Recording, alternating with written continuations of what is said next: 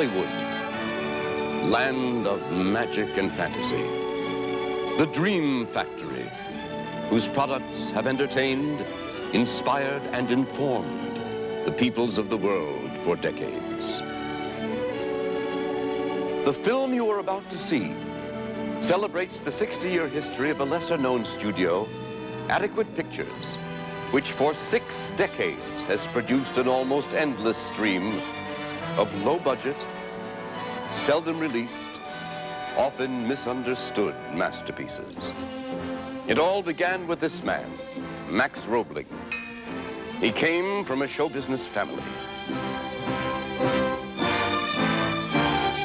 Max spent his early years working at the sideshow.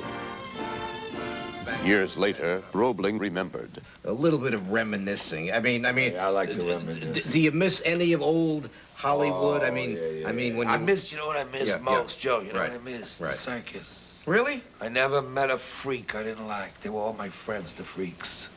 Nice people. You could go anywhere with them, you know? We had a little guy who was maybe that high. I put him in my pocket. I'm not kidding. Once you get in that circus... In your blood. In your blood. You never get it out. I could remember the day I first saw an elephant shit, you know?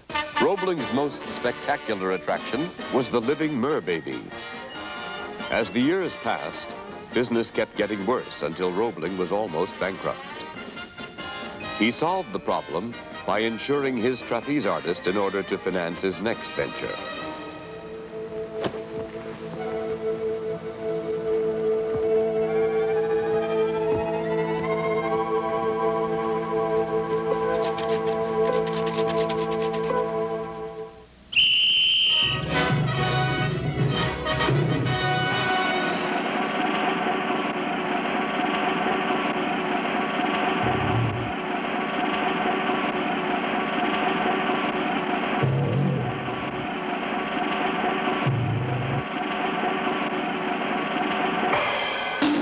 Thus, in 1927, Max Roebling formed Adequate Pictures. The new company's motto was, "An idea that's appealing is an idea worth stealing."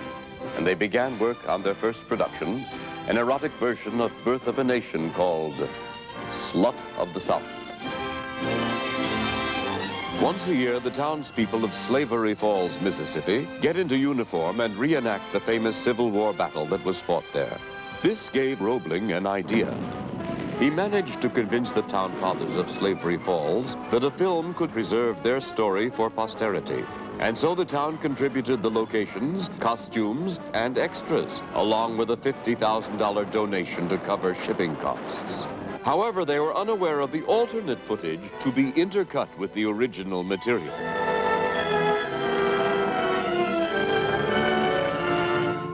In order to save money on the cast, Roebling decided to play the role of the Union spy.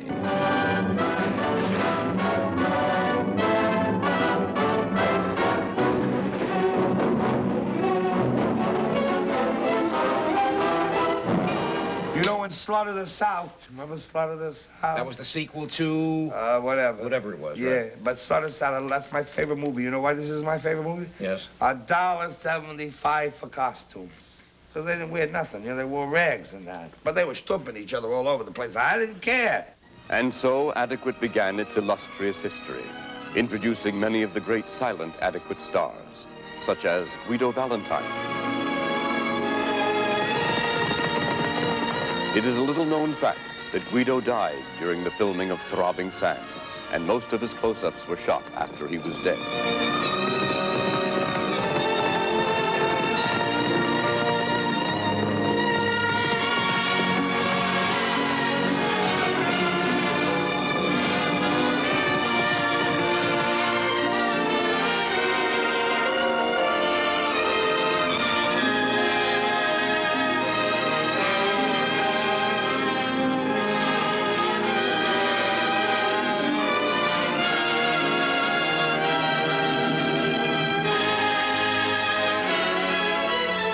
It was a very difficult scene to play. I had never worked with a dead person before. They kept him on ice, but it was very hot where we were filming. They had trouble keeping the flies away. Actually, he was very good for a dead man. I can remember before he died, he cut the cheese, you know? And his leading lady, she had a look on her face like it was like, I thought it was magic because there were dead bodies around. She was supposed to be smelling dead bodies. I said, Jesus, and all of a sudden she could act. But, you know, he had cut the cheese, you know? It was like a fart in a phone booth, you know what I'm saying? I know that feeling. It hung over everything like a big cloud. But it worked, and that's what show business is. If you gotta fart to make a scene work, you go ahead, you fart. Go ahead, Joe. Good idea. It's your show, you know? And who can forget Adequate's greatest star, Billy Bumpkin, in the comedy classic, The Klondike Kid, in which Billy and his little 5-year-old sidekick, played by little Jackie Cookie, the famous midget, are starving in a cabin in the frozen north.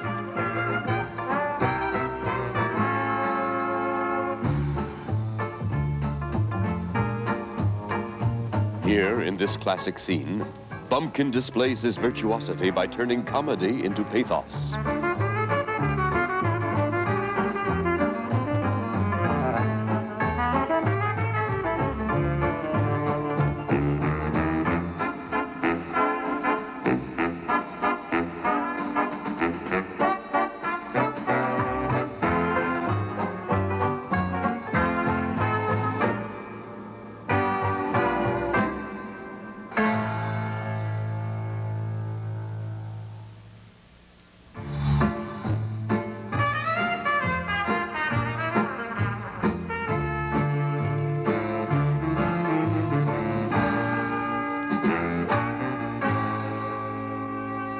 Now residing in a sanitarium, D.W. Godilla was Adequate's greatest director. And years ago, I remember they used to.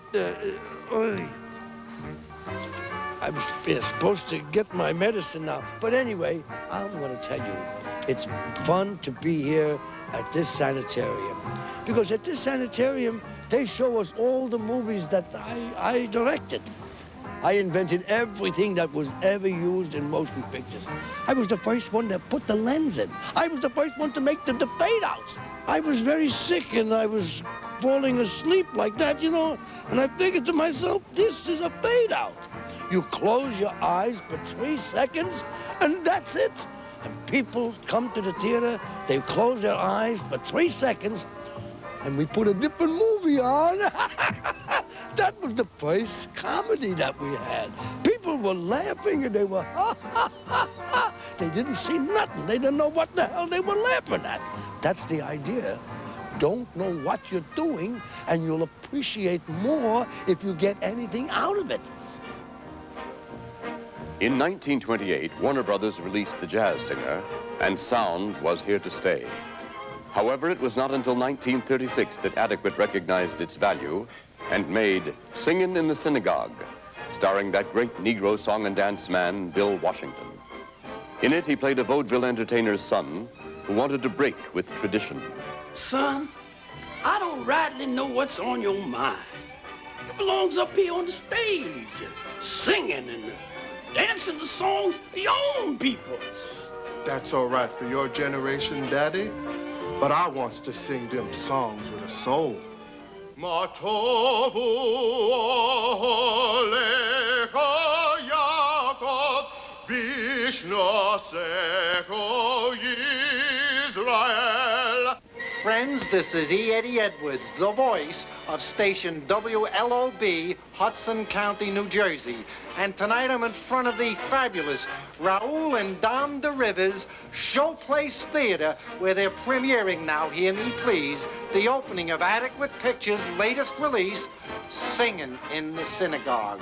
And by golly, friends out there in Radio Land, you can almost feel the excitement in the air. And I think those of you on the newsreels can see that the crowds are already forming, and by golly, what a crowd we got tonight. Friends, the excitement is electric here, and I see it's the entire board of directors of Adequate Pictures. It's Mr. Aldo Boom Boom Manifesto, that's Mr. Izzy the Quilt Shapiro, there's Mr. Guido Sweet Toes Mangelero, and Tony Blue Eyes. Here he comes, Max Roebling, Mr. Hollywood talking picture himself. Ladies and gentlemen, God bless you all, we Hawkins jerseys. And you're all welcome to see, I don't have to say it, you know the title, right? Get inside. They're going inside now, What folks. a pig. So the big All right, show we're will be going beginning. in. And I've been asked to mention, friends, that Rosalie Muller's Ratskeller right next door is having a special premiere meal tonight that features roast beef, mash, and 2 vegetables, depression special, only 33 cents. And that comes with 2 pieces of your choice of bread, either white or rye. That spoiled everything. As soon as people started to talk and the pictures were talking, people were listening to what they say and they believed it. And it's not true. You should never believe what you hear unless you understand what you're listening to. The 30s was a golden age for Adequate comedies. Not to be outdone by the other studios, Adequate created its own brand of humor. Let's skip down memory lane and relive a few of those mirthful memories. Remember the Czechoslovakian comedy team, the Muck Brothers, Kracho, Putzo, and Psycho? Tak to je Eddie. To je Freddy. Já tě budu. Bonjour. Bonjour.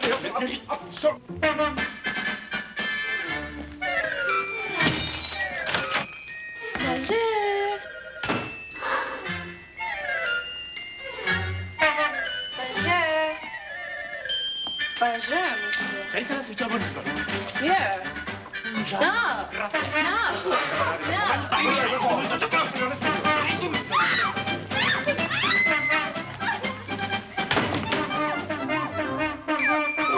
Well, they're chasing me. That's what happened. And there I am running back and forth. And you see the front of me and you see the back of me and just everything. And then finally, well, you saw it. They run me into the closet.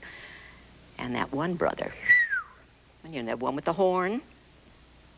Well, that really was. I mean, what that man did with that horn. Oh. And there I was in the closet. Don't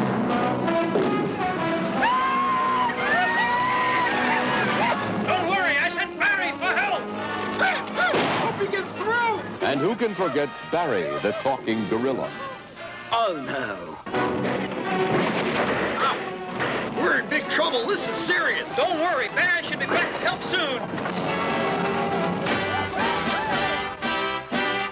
I'm going to go for help. They're counting on me. I'll show them. When the chips are down, just call on Barry. Hey, guys, the wagon train's in trouble. Fuck you, monkey. The white man is no friend to the Magumbo. He is always making slaves out of us. Hey, Gus, the wagon train's in trouble. Sorry, Barry. They put my mother in a zoo. Come on, will you? That's not right. Come on. Catch you later. This is frustrating.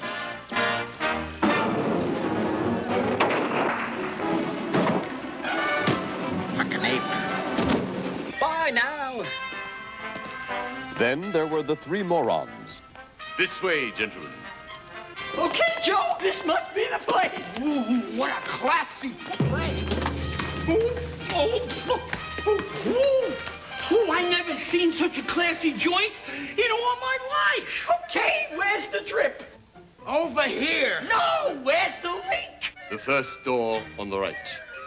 All right, fellas, let's go to work.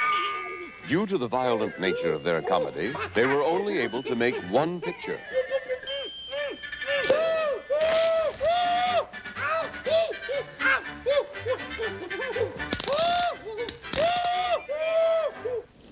"80-year-old Baldy lives in Burbank."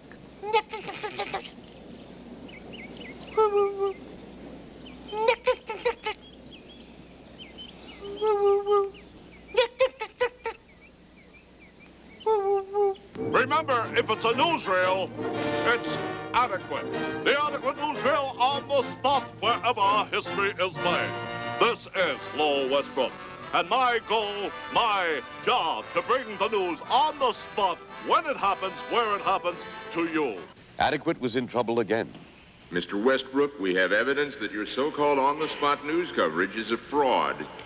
Let's screen some of that coverage. The Japanese deal a sneaky blow to Pearl Harbor.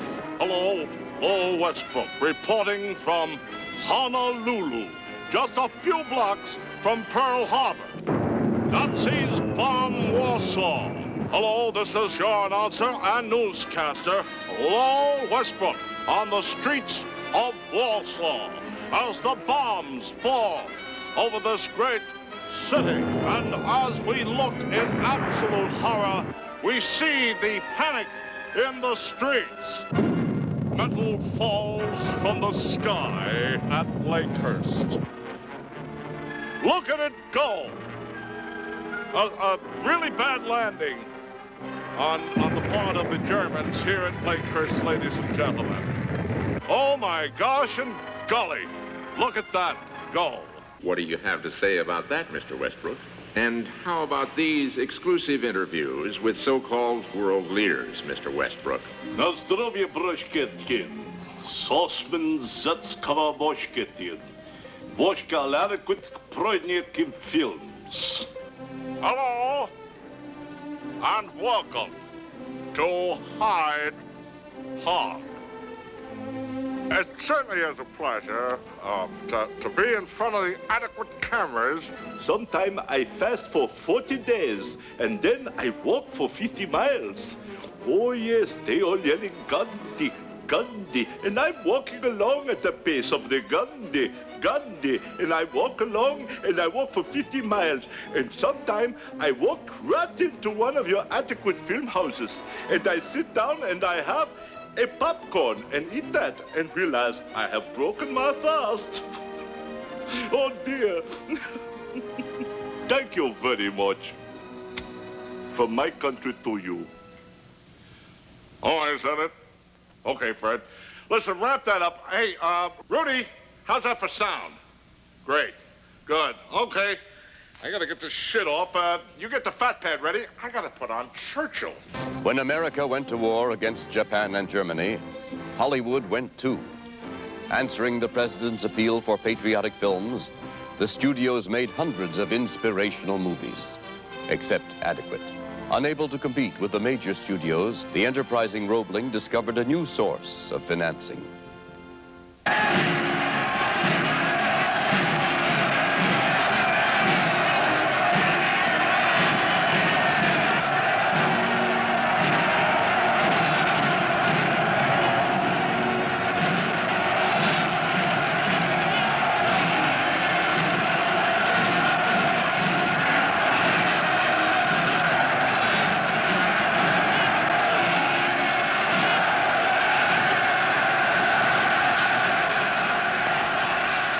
Once the deal was made, Hitler himself made the announcement in a rare English language speech.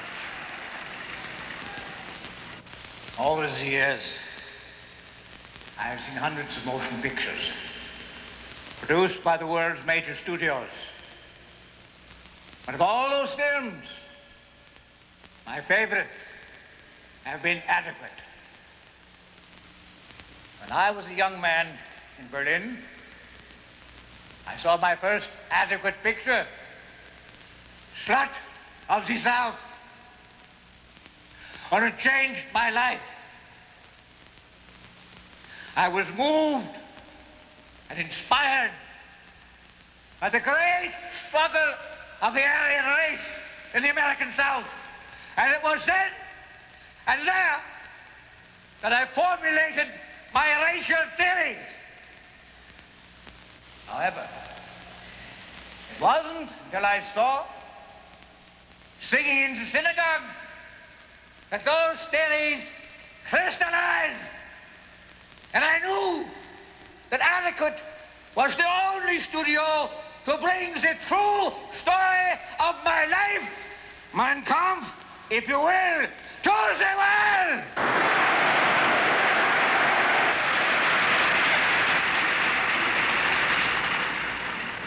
To show the man behind the uniform, to reveal the real Hitler, the happy Hitler, the humble Hitler, the human Hitler, a Hitler with a heart, a Hitler with a helping hand, a Hitler of the people, by the people, and for the people.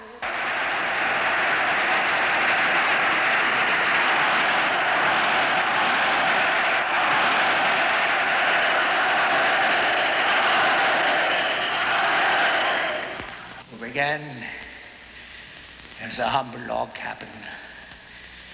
Chopping wood for the family fire. The film was called Young Adolf. It was an attempt to show the American public another side of Adolf Hitler.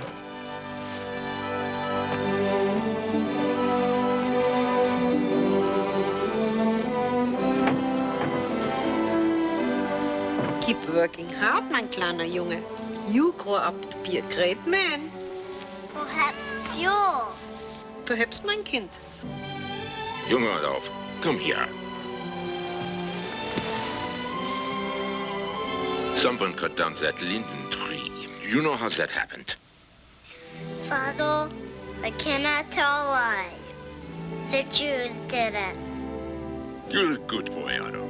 Obviously, the American public was not ready for another side of Adolf Hitler.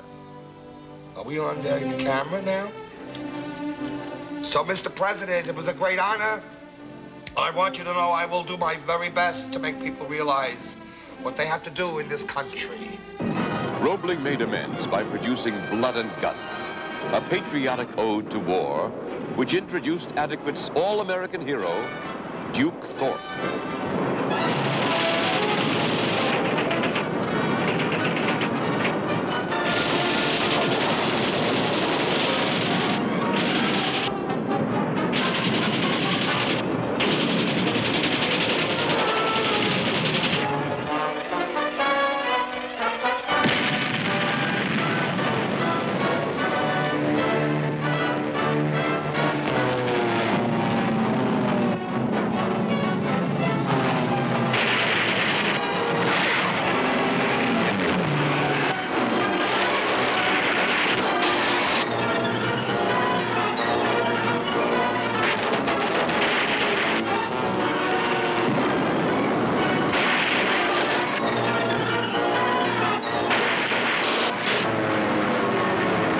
Unfortunately, the movie-going audience of 1942 was too sophisticated to believe that one man could cause so much destruction all by himself.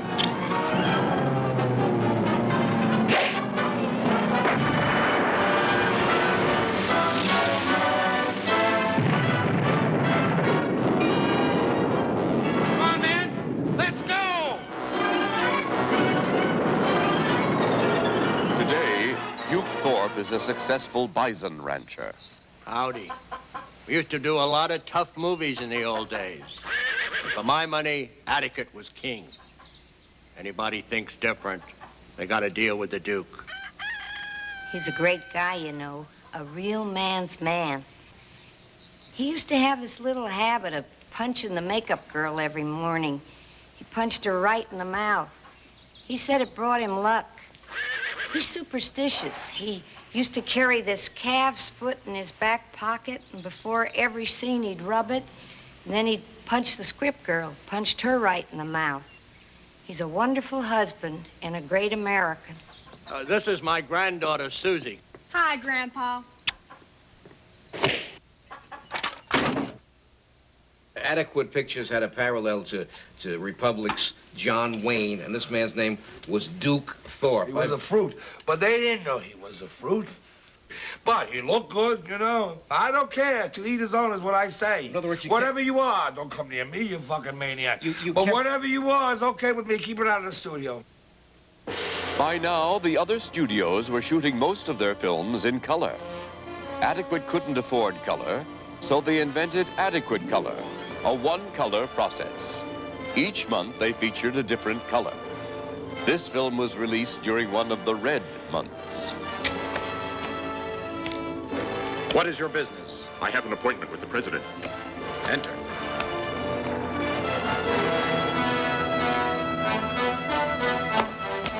A spy's been seen here in the city disguised as one of the Batmen. Why, even here in the Capitol, you'll be at the mercy of the guns of the mailman. What can I possibly do? The secret tunnel under the West Lawn is the way out. A chance to get Lincoln. Agent X5 calling from the palace. Come in, headquarters. Lincoln is escaping through a secret tunnel under the West Lawn. Attention, assassination squad. Red alert.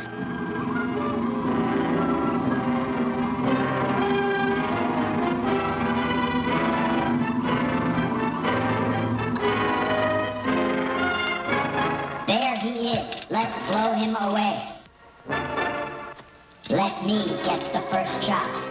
Look at that. It's a Batman. Shoot him down.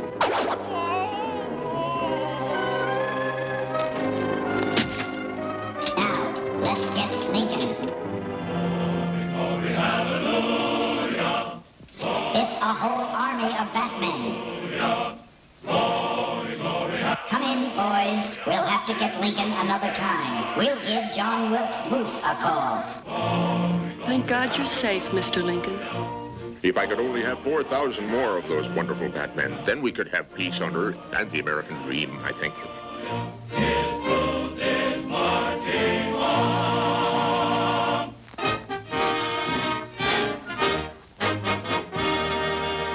Yeah. That was one of your classics. Well, one of the that was, advertisements. you know, that had a message. Right, it had a message, right? Well, I don't believe in message movies too much. You know, I believe give them what they want. A lot of filth.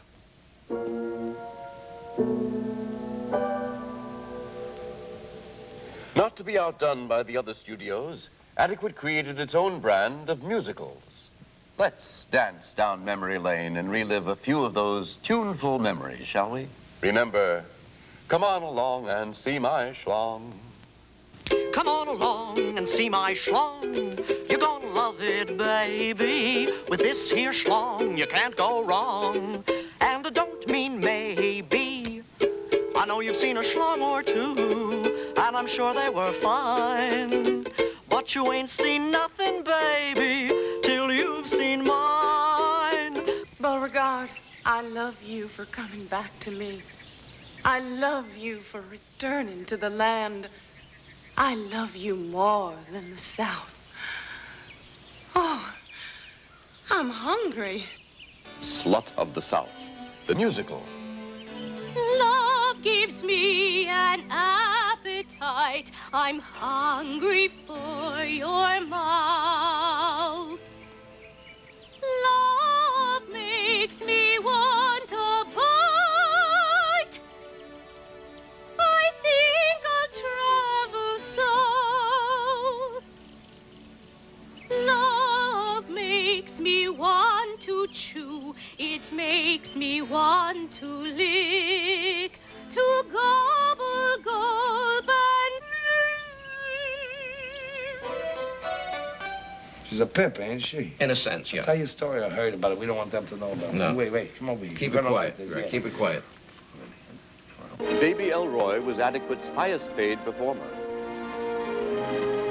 Who can forget Baby Elroy in the Jungle?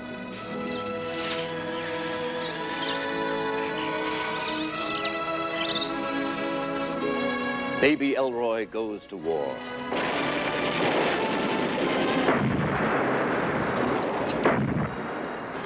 Baby Elroy meets Baby Frankenstein.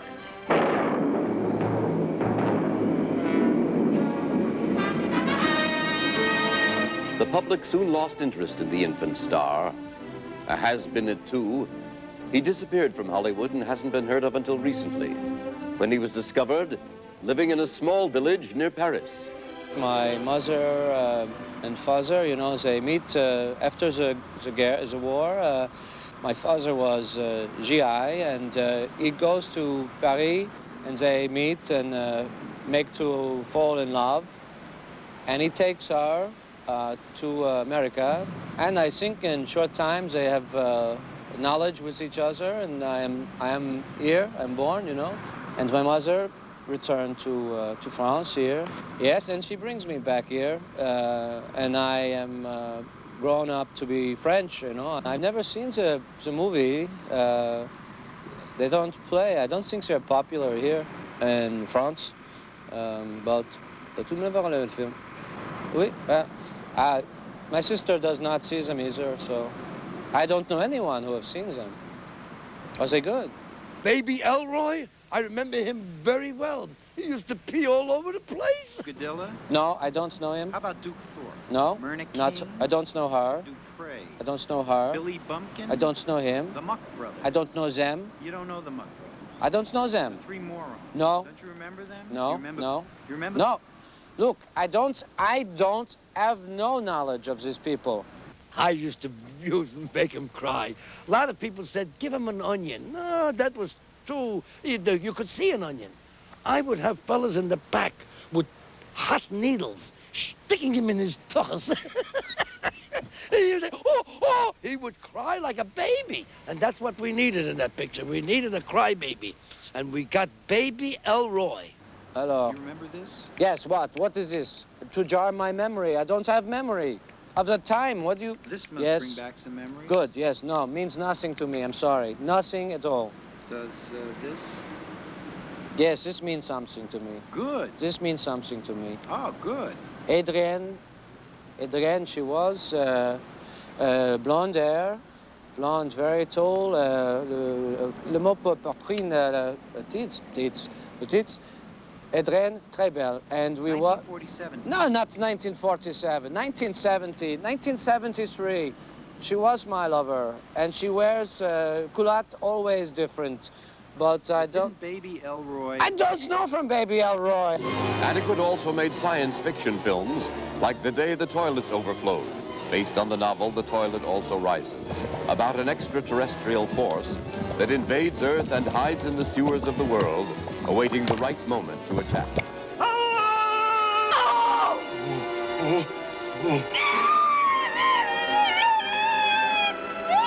Then, at the appointed hour, these evil invaders from outer space overflow the toilets. All citizens, attention. New York City must be evacuated at once. Proceed in an orderly manner toward the Westchester Hill. This is urgent.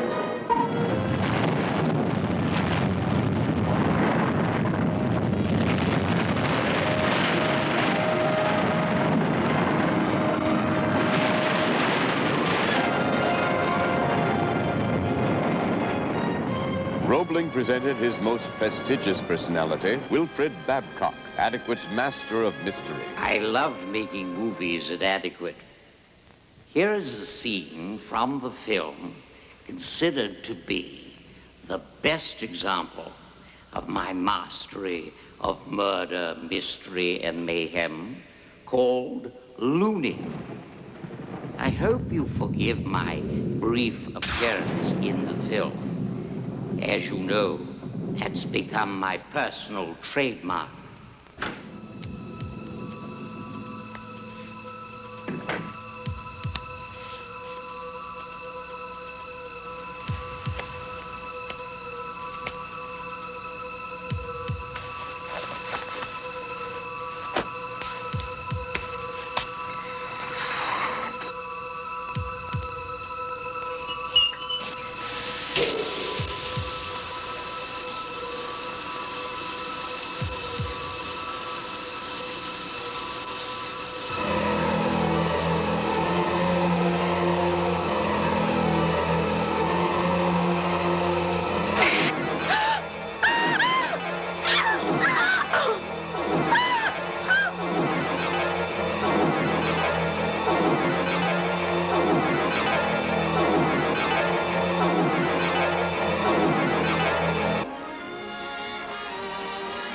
During the 50s and 60s, Adequate concentrated on television. Here are some scenes from some of its unsold television pilots, beginning with Vanessa Wilde's wide, wide, wild world of wilderness and wildlife. She had a reputation of fearlessness in the face of danger. This week's program takes us deep into the Kalamandari forest in search of the giant crab of the Zambezi, the legendary creature feared throughout this region. As I journey towards its nesting ground, I do not fear this killer crustacean. I'm off on my journey. I love the jungle and it loves me. I'm so excited. By tomorrow, I'll be face to face with the giant crab. I'm on my way. The nesting grounds of the giant crab lie on the other side of this canyon. This bridge is very weak, but nothing can keep me from my encounter with the giant crab. Don't worry, I'm all right. Hi, Bill. Hi, Vanessa. Have the cameras arrived? Yes, they're here. This is the giant crab of the Zambezi. It can swallow a water buffalo whole. Once it ate an entire village. It can disembowel, dismember, debone, and devour a man in 12 seconds. crab is picking up my scent and is stalking me. However, I have no fear of it. It senses that, and therefore it will not harm me. Animals love me as I love them. The crab is coming closer. I feel an intuitive bond between...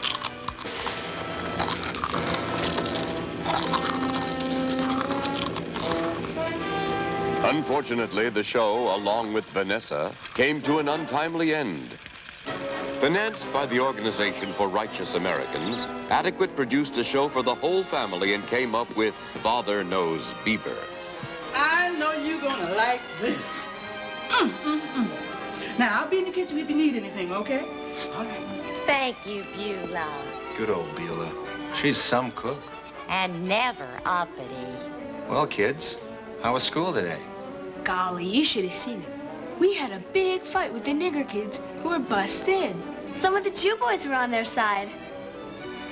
Oh, Walter, that's just terrible. Listen, kids, that's what this country's all about. The freedom of choice. If the Jew boys want to stick up for the niggers, that's their right under our Constitution. Jeepers, Pop, you always know the right things to say. What a guy. That's because Father Knows Beaver. What does that mean?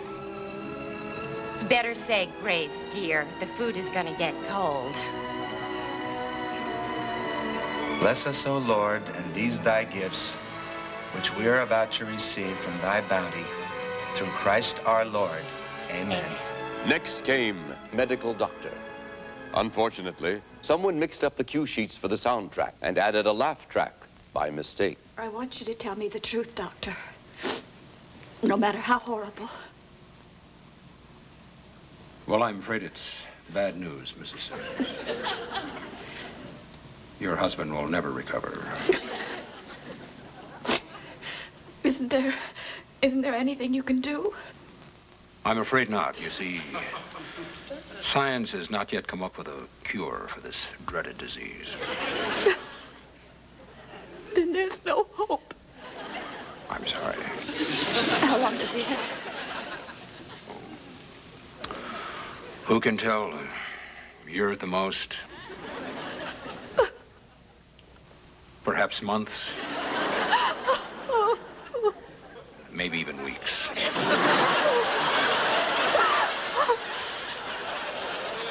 And the worst thing is that it's a highly contagious disease, and you probably contracted it.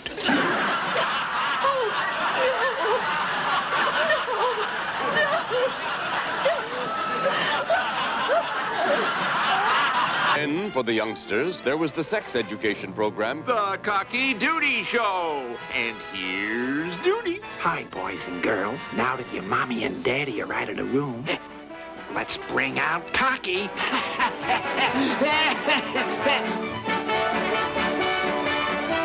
Big. And now, boys and girls, we're going to pay a little visit to our tiny insect friends who live in Mother Nature's garden. Oh, look, it's springtime, and just like we all do, our tiny friends are starting to feel funny and tingly down by their little pee-pees and poo-poos. And the happy butterflies are delivering flowers to Betty B from her old friend, Larry Locust. Oh, boy, I'll bet they're going to have a date tonight. Now, guys, Larry's no asshole, no. And he knows that if he wants to put his pee-pee into her little poo-poo, he'll have to spring for a few bucks for dinner and dancing. Because even though Betty's been dreaming all week about camping out on Larry's peg, she's gonna make that lusty locust hop high and hard for a sweet taste of her honey. Well, it looks like Larry has paid his dues, and pretty soon he'll be taking a quick stroll through Betty's Valley of Fatigue and maybe a slippery drive through that hairy highway. Boys and girls, once they get back to her hive and things begin to happen, what they do is nobody's business but their own. Because Larry's going to show her his thing, and by golly, she's going to show him hers. Then they made a children's show that emphasized discipline. Instantly, the forest turned black. Pitch black. and a giant bat came and baked him in an oven and ate him for dinner, limb by limb, organ by organ. What a night. Now, what's the moral of the story? I mean, what does the story teach us? I'll tell you. Obey your mommy and daddy always, or else terrible things will happen to you. Ghastly things, ghoulish and grotesque, especially at night. The show was so terrifyingly effective on test audiences of young children that several of the preschoolers had to undergo psychiatric treatment. The studio received an unprecedented amount of hate mail. That's Remarkable was Adequate's next attempt at television entertainment. Our cameras travel the globe in search of the unusual, the extraordinary, and the remarkable, like the amazing aerobic dogs of Delaware. And how about those remarkable, unusual encounters? We were walking down the highway one night when a bright light appeared in the sky. And the spaceship landed right in front of us, and these strange beings got out. They looked like large liverwursts. They pulled us into their ship and proceeded to rape us. It was wonderful. It certainly was. Sister Mary Inquirer has had some remarkable communications of her own.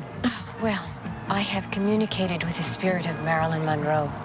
She did not commit suicide.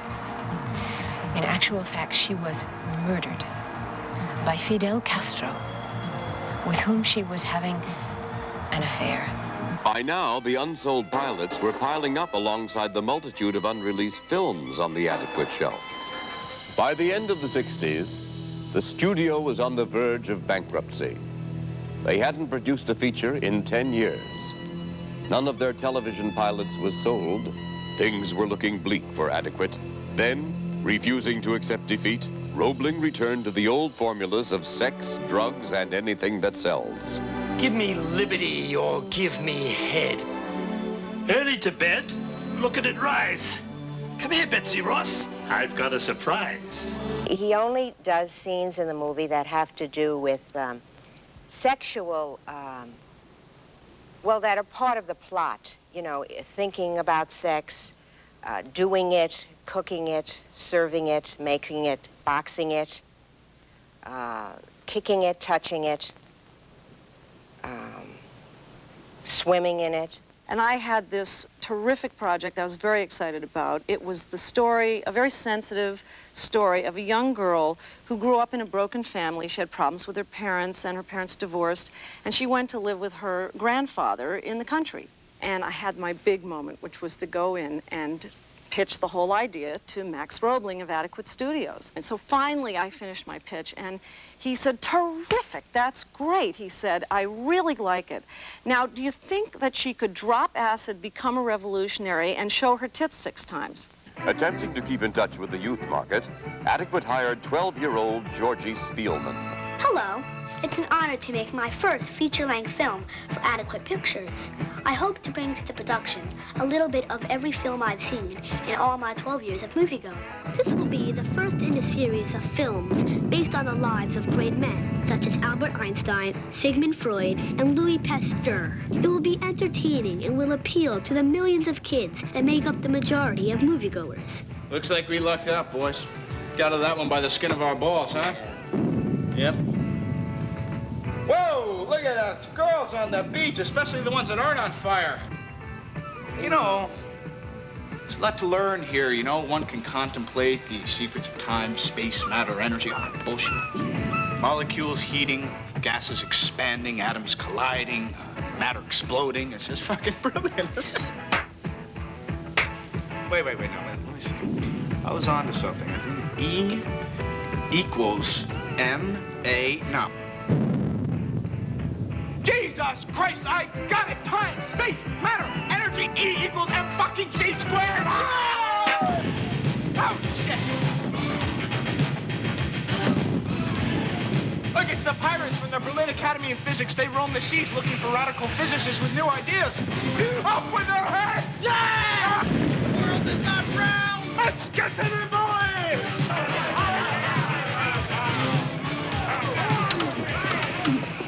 Fuck relativity! Down with no theory! Fool! E equals MC squared U! Back boy! Yeah, 12-year-old was working the sound and the lights. Very talented. And he had somebody in crayons doing costumes. Yes, I was a young writer, and they allowed me to go on to the lot. And this was a very exciting period for the studio. They were going to do a series of live-action children's films in an attempt to wipe Disney off the map. We all know what happened, of course. Mr. Disney's now dead, and you're making this film, so it's interesting. And I feel the peasants don't like me. Oh, God's blood, man, it's elementary. Obviously, you associate the peasants with your father, whom you've always wanted to kill, and the taxes with your mother, whom you've always lusted after. Ziggy, you haven't eaten in 3 days. You gotta keep your strength. You saucy vixen. How dare you interrupt this session when I'm on the brink of unraveling the secrets of the subconscious mind? So, Sigmund, still at the old couch, eh? Taste steel, Junge dog!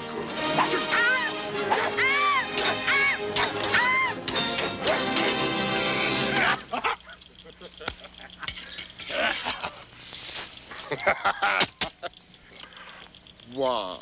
Just this big? Oh, Robin Hood Freud. I thought that was very deep. The catering service was excellent. Excellent. They would serve a tuna casserole that was... People came from all the studios to have some.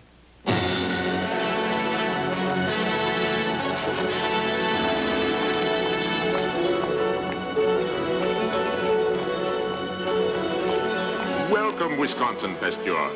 If you survive the 7 challenges of Kalami, then and only then will the mysteries of pasteurizing milk be revealed to you. Well, Max Roebling gave me my start in this business. It was 1971. There wasn't a whole lot of work in Hollywood in town at that time. I had known Max. I'd, knocked on his door a lot of times. Maxie, I called him. This little thing, I called him personally. He gave me a part as a Shetland pony. They put you in a pony costume? I have some fond memories of that time. I got a couple other animal parts after that. I played a German Shepherd in that. It was the thing, it was right around the time Lassie was kind of getting real big, and Max had an idea for a spin-off about kind of a Rin Tin Tin-ish combination of Lassie and Rin Tin Tin. It was like an undercover dog. I was a wild wolf, a wild dog who met a young group of collies, and we became friends. We started running around. It was kind of like a Rat Pack movie with dogs. I was working at that time with their classics department. We were doing some Shakespeare. They were doing some children's, live-action children's stories. The children's project fell through even after all the sets had been constructed, all the costumes sewn and everything like that. They combined our 2 projects into one in a desperate attempt to save funds. And somewhere there exists a reel of the soliloquy from Hamlet in a rabbit suit. To be or not to be? That is the question.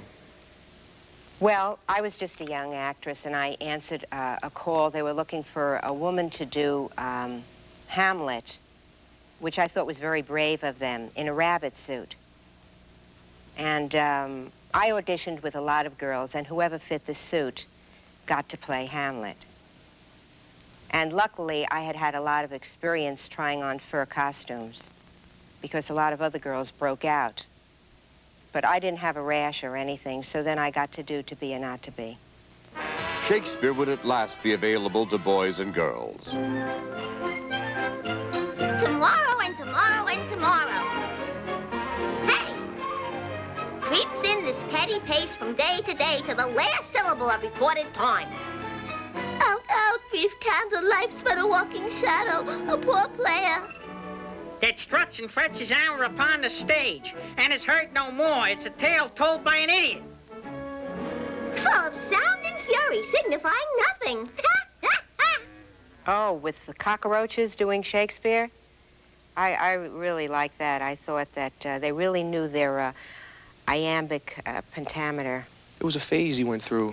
It was, a lot of people talked to him. People had suggested seeing a doctor, seeing someone about it. Max just laughed in their faces, always kind of, I took it in stride. Max was that kind of guy. Next, Adequate presented the Pimples series, which introduced Adequate's favorite comedian, Pimples Lapidus. We're here, we're gonna fight. I'm excited about fighting. Look, I dressed up. Who knew? Look, my helmet's, look, it's excited. I have a helmet hard on it. I didn't mean to get this thing. It sticks out. I'm anxious, you're anxious. We're gonna go fight now. Here they come. Don't worry about blood, although, quite frankly, you know, my blood type is very negative. I've always told you that. I'm a worry bleeder. My father had a catering business. I could be in there making a little bar mitzvahs now, little weddings, but no, I'm here with psychotics, with swords. Okay, oh, come on, let's stop. Let's get a rest. Stop chasing. Can't we just relax? Can't we just talk? You know, communication is very important. I mean, I can't talk to my family. You know, my mother, as if it's not bad enough, she has a Jewish satellite dish on her house. It picks up problems from other families. Please, let's just sit down. We'll have some corned beef and cabbage. We'll rap. Is it fair? Is it fair that you have to put me through this? Look, you know, I have a lot of emotional problems. Can't we have a timeout? Can't we just get a Coke, a cola, anywhere? Okay, you're coming closer. I'm gonna get you now. Watch this. I killed your friend Phil, and now what's your name? Sid. It's a very nice name. Okay, I'm gonna get you right now in the stomach. You know why? Because I don't want to get you in the heart, because it'll make me too nauseous. All right, here you go. You're coming close, and you're wearing sneakers. That's very lovely. You know how much this rock cost?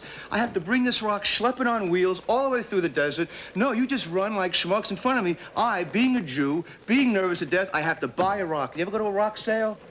Friends, Romans, countrymen, vendors, hey, do I leave anybody out? Aren't I in touch with my feelings? You want to turn around for a second? You know, I'm talking, it's a eulogy. What am I doing, a limerick?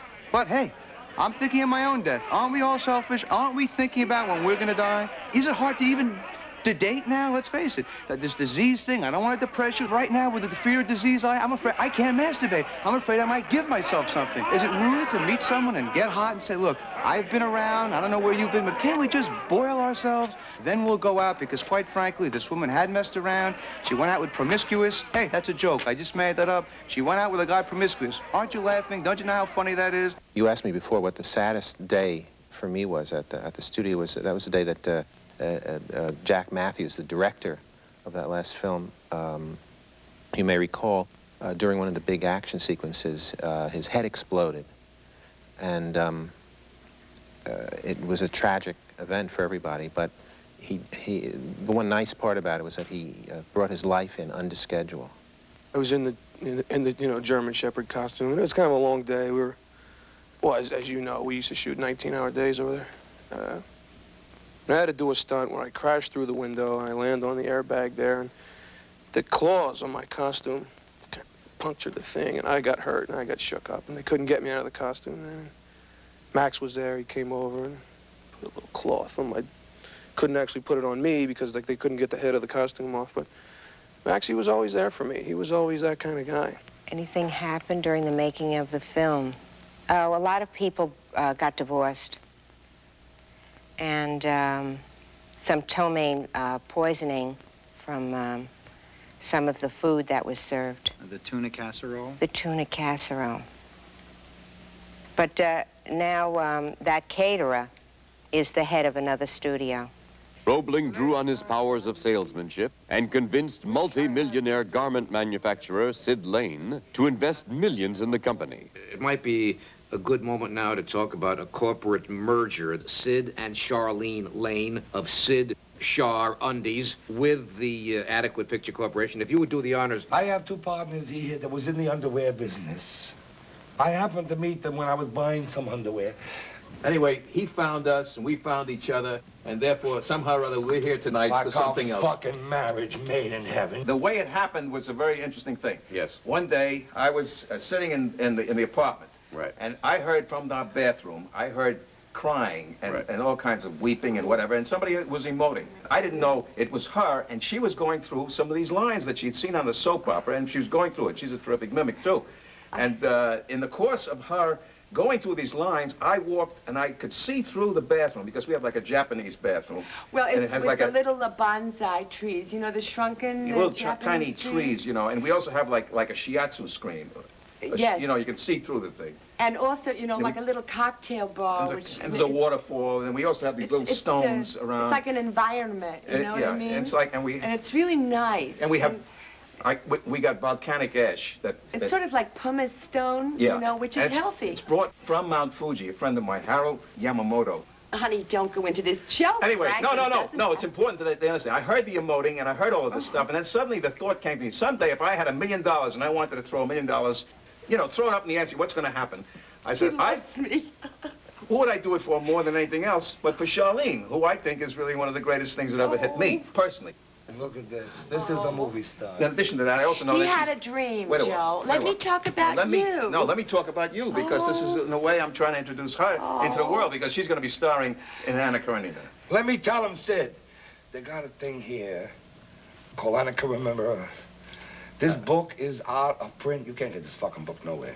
The great part of the picture is you see the elevation of the soul. You see people transpiring. Forming, transforming. Transcending, is that the word? Transcending. Going That's up, good, and then finding within the framework of the tragedy a new life, a new beginning, and a new birth. Yes, so you out of cry the and you old. laugh at the same Yes. time. Like a snake casting off its old skin, then one emerges anew, right? It's like when you take off your coat. Anna. Why are you so sad? Why are you not happy? What is happiness? Happiness is a piece of the palette of life, a piece of fabric. Sometimes it's synthetic. We plumb the emotional depths of our orchids, deep, deep into our orchids. Happiness and sadness is relative. That's all it is. All right, don't... In a series of dramatic films, Sid Lane expressed his deepest feelings and most personal philosophies. All the way from Rome. Now he's here, and I want you to show the ecstasy that you have. Okay. Background. Nubians, move in, move in. Closer, closer. That's it. I want you to sway. You're on the Nile now. The palm trees and the Nile. It's the beautiful evening. You can smell Egypt. It's coming in at you now from all sides. Film production was in full swing thanks to Sid and his checkbook. By now, Sid had expanded Sid Char Undies and came out with a full line of Sid Char clothing and cosmetics. He took advantage of Adequate's next production to launch his new merchandise.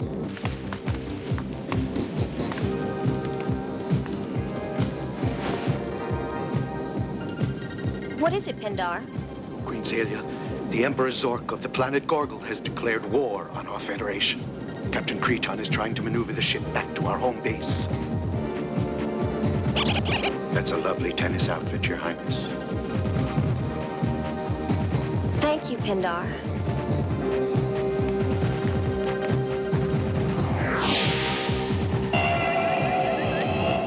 Captain Creton, what is going on?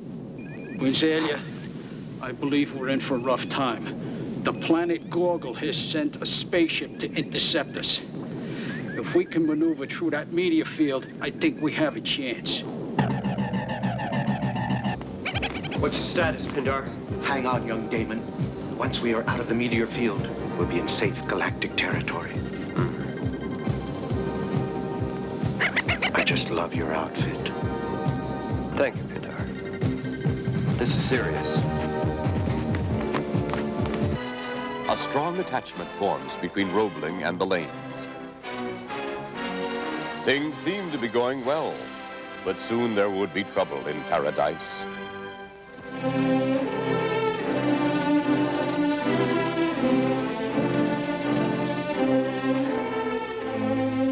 Sid Lane calls me, and he tells me that he suspects that his wife is having an affair with his partner. So I began following him. Now, one night, they checked into a motel. So I set up the hidden camera and the microphone, and we got, some pretty heavy shots.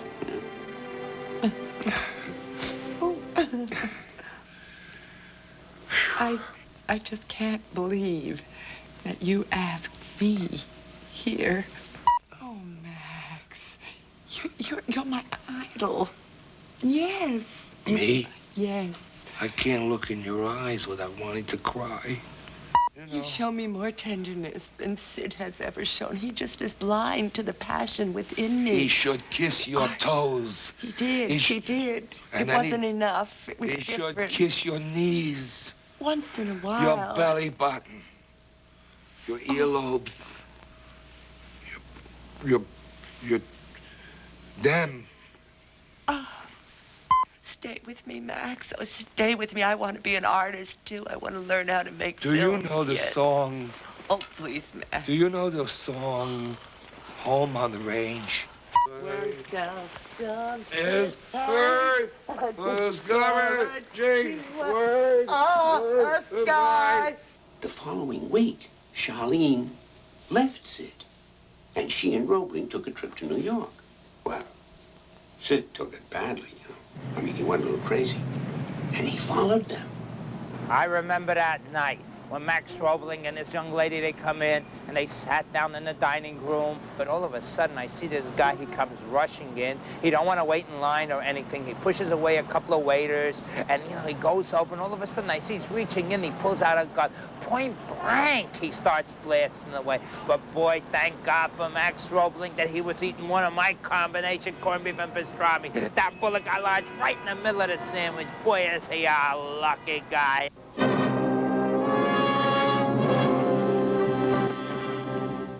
I made a mistake.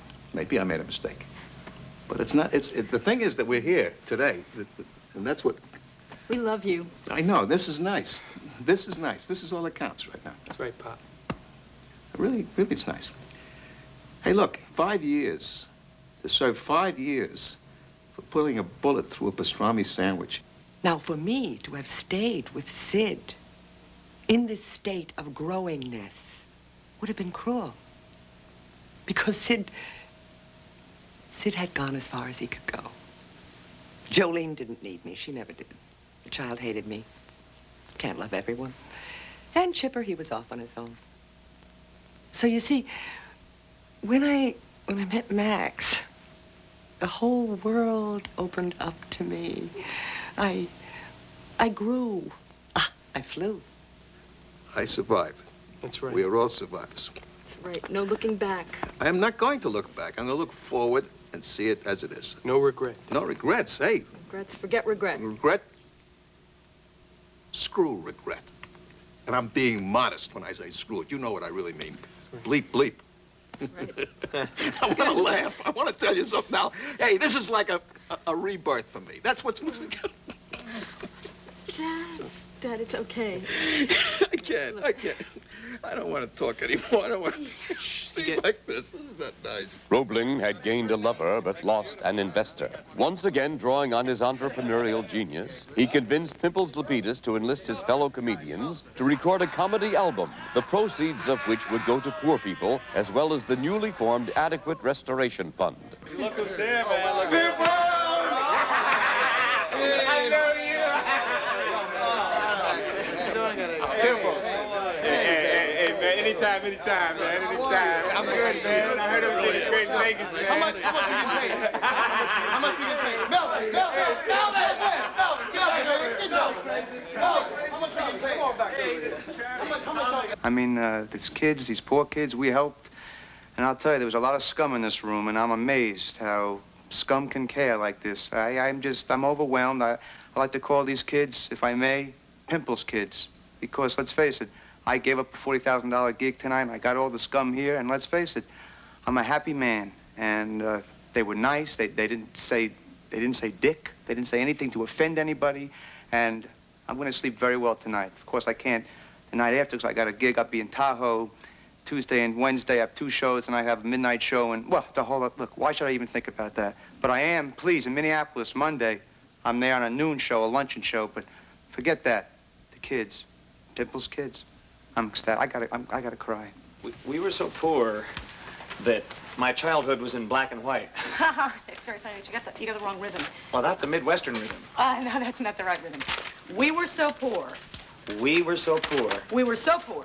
You know, I hope we raise some money for the poor people, because for what I made from the show, I'm not going to have no money, so I'll be one of the poor people, so I'll probably make some money from the album anyway, since I didn't get paid nothing for doing the album. Thank you. Okay. Sid ain't doing it for free. I'm doing it for free. Melvin! I told you I ain't bring Melvin down here, man. I'm here because I'm representing the women. I think it's important that the women get represented. You look around the room here, you're not going to see too many women comedians. You know what I mean? There's like one or two in between. And it's only because we've gotten a bad rap. That's all.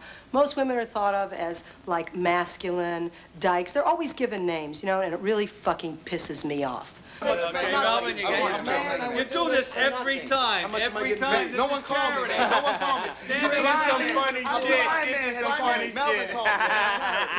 Why am I doing this? Well, when Pimples calls, I deliver. I mean, Pimples and I grew up together in this business. Well, we started out poor together, I guess, and the improvisations made me a very rich man, but I still know poor people. My mother, she's still poor. And this is a great chance to help people like her throughout the country, and I was thrilled to do it. I'm happy to be here. Look, we were so poor. So poor. We were so poor that my childhood was spent in Watch this, Mel. black and white. Black and white, man. Get the rid of those. Higher your work. I'm gonna get extra money for dragging this guy around all day. Hey, nice outfit, Pimple's going to Indian funeral. He can't even see, man. He should get some extra compensation. He's using that handicap as a try it again, babe. Is he blind? They're poor people. We gotta go. Think of the poor. We gotta do the joke. Try the joke. Okay, try the joke. Okay. In the rhythm. In the rhythm. We were so poor that I spent my entire childhood in black and white. Oh, that's great. It's also important to kid about these things because that's the way we'll conquer these problems. Poverty, homelessness, hunger. That's why we're here. Oh, man, I'm just glad to be here. You know, Pimples called me on the phone. Anything for Pimples, man. You know, he dug my act in Vegas, man. Let's go over to jokes. We're gonna do some, we got some stuff here, man. There's a typo here. There's a typo here, man. Oh, It real bothers funny, me, man. Let's show them the jokes, man. Look, see, check these jokes out. We got some real good jokes in here, man. Yeah, yeah, check those out. They're Sid. hot, man. There's some Those good are hot jokes, man. I think that's a I'll knock you out, knock you out. You did that, didn't you? No, come on, hey, good song. Over here, I'm over here. I don't believe this. Can I use that? Hey, I can use hold it. We're supposed to check our egos at the door. What about the Ethiopia? I don't have any ego right now. The room is egoless. I'm being a real person, see? I get my own coffee, did my own hair. I'll tell you something. I drove myself here. And I'll tell you why. Because this goes beyond comedy. This is bigger than comedy. This is poverty.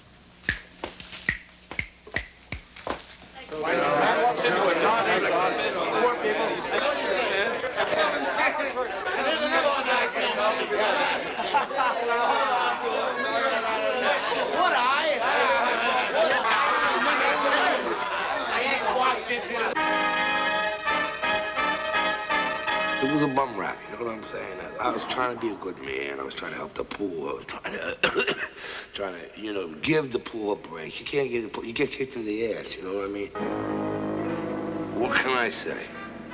I will serve my time like the man that I am. But when I get out of here, I'm gonna kick ass. And the first ass I'm gonna kick is my own.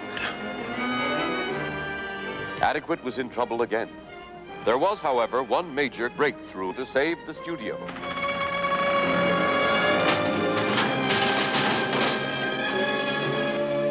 Abandoned by his friends and shunned by the industry he helped create, Max Roebling must now start over.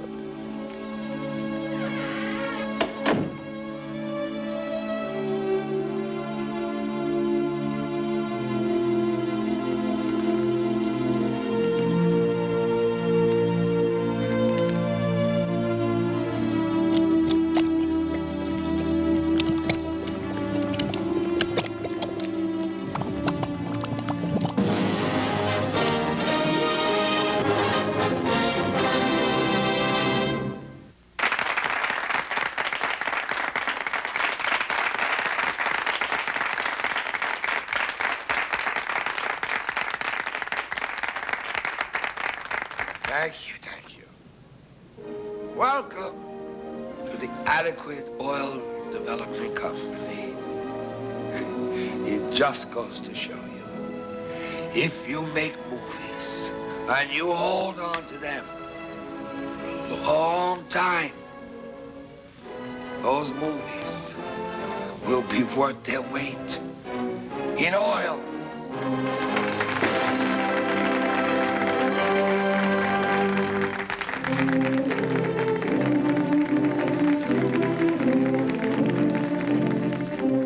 I remember the day that Max passed away. He sat up in bed and he said, Charlene, adequate has been my life. And my life has been adequate.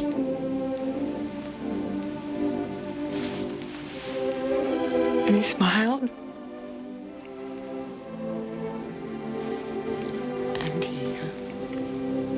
he died. That was the last time I saw Maxie alive. And, that's gonna have to be all I can talk about that right now.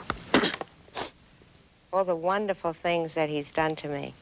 I mean, for me. He always wanted the truth, even if it wasn't the truth. He wanted it. Somebody should answer him questions that he asked. The mogul of moguls, the producer of producers, a man whose movies are not just colossal, but they're adequate. But I never actually met him. But I understand he was a legend in his own mind. You know, he really wasn't so bad. And actually, when he smiled, there was something kind of sweet about him. What was Max Roebling like? I don't remember. I'm gonna miss that crazy guy. I'm gonna miss him. And we miss him too. But even though he is gone, the fruits of his labors live on. We have seen over half a century of what the Adequate Board of Directors has called the finest movies of all time. For as long as lights are shining and cameras roll, another Adequate production will be up there on the silver screen.